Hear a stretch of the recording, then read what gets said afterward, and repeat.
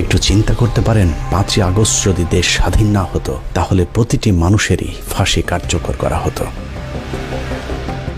অনুসন্ধানের দ্বিতীয় পর্বে আপনাদেরকে দেখাবো বিচারের নামে তামাশা করে কিভাবে নিরীহ এতগুলো মানুষের গলায় ফাঁসির দড়ি পরানোর ব্যবস্থা করেছিল প্রথম আলো। তবে প্রথম পর্ব শেষ করবার আগে কিছু প্রশ্ন করবার খুব ইচ্ছে করছে। আমাদের আজকের অনুসন্ধানের পর আপনারা কি মনে করেন প্রথম আলোর ওইসব সাংবাদিকদেরকে বিচারের আওতায় আনা হোক? প্রথম আলোর বিরুদ্ধে ধারাবাহিক দেশবিরোধী, ইসলাম বিরোধী সুস্পষ্ট অভিযোগ থাকার পরেও তাদের বিচার চাওয়া কি গণমাধ্যমের উপর আক্রমণ? তারপরেও প্রথম আলোর সামনে জিয়াফতের গণতান্ত্রিক একটি কর্মসূচির আয়োজন করতে যাবার কারণে আলেমদেরকে বেধড়ক পেটানো হয়েছে।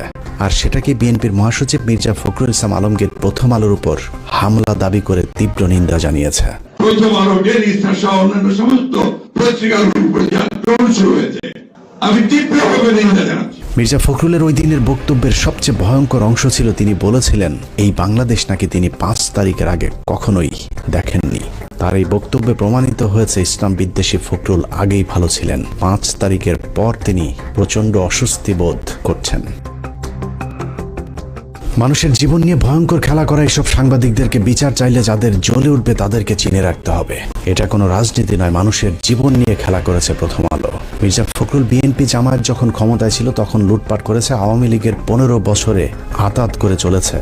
সাধারণ বিএনপির কর্মীরা যখন জেলে গিয়েছে, গুলি খেয়েছে মির্জা ফখরুল ইসলাম আলমগীর তখন বাংলাদেশ থেকে টাকা পাচার করে অস্ট্রেলিয়াতে নিজের মেয়ে আর মেয়ে জামাইকে আলিশান জীবনযাপন করার নিশ্চয়তা দিয়েছেন।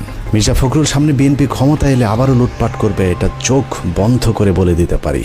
আবার যদি কখনো আওয়ামী লীগ ক্ষমতায় আসে তারপরেও ফখরুলের কিছুই হবে না, কারণ সেই পথটাও তিনি আগে ভাগেই খোলা রেখেছেন।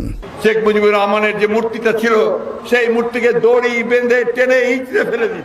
তিনি তো আমাদের নেতা ছিলেন, খারাপ লেগেছে। মাত্র 2 বান্ডেল টাকার জন্য মির্জা ফখরুল যেভাবে প্রথম আলোর 5 এটেছে, আর কিছু টাকা দিলে এরা দেশকেও বিক্রি করে দিতে পারে। অতএব মির্জা ফখরুলের মতো দুর্নীতিবাজ, ভারতীয় দালালদের মতো যেসব রাজনীতিবিদ প্রথম আলো ডেইলি স্টারের পাশে দাঁড়াবে তাদেরকেও এদেশের মানুষ শত্রু হিসেবেই চিহ্নিত করবে। কে বিএনপি আর জামায়াত করে দেখার একদম সময় নেই। প্রথম আলো ডেইলি স্টারের পাশে যে দাঁড়াবে তার বিরুদ্ধেই লড়াই চলবে। যে বাংলাদেশে মতিউর আনিসুল, টিপু সুলতান আর মহিউদ্দিনরা মুক্ত বাতাসে থাকবে, সেই বাংলাদেশ কখনোই স্বাধীন থাকতে পারে না। সুযোগ পেলেই তারা আবারও এই পতাকাকে খামচে ধরবে, সেই সুযোগ যেন আর কখনোই না পায়।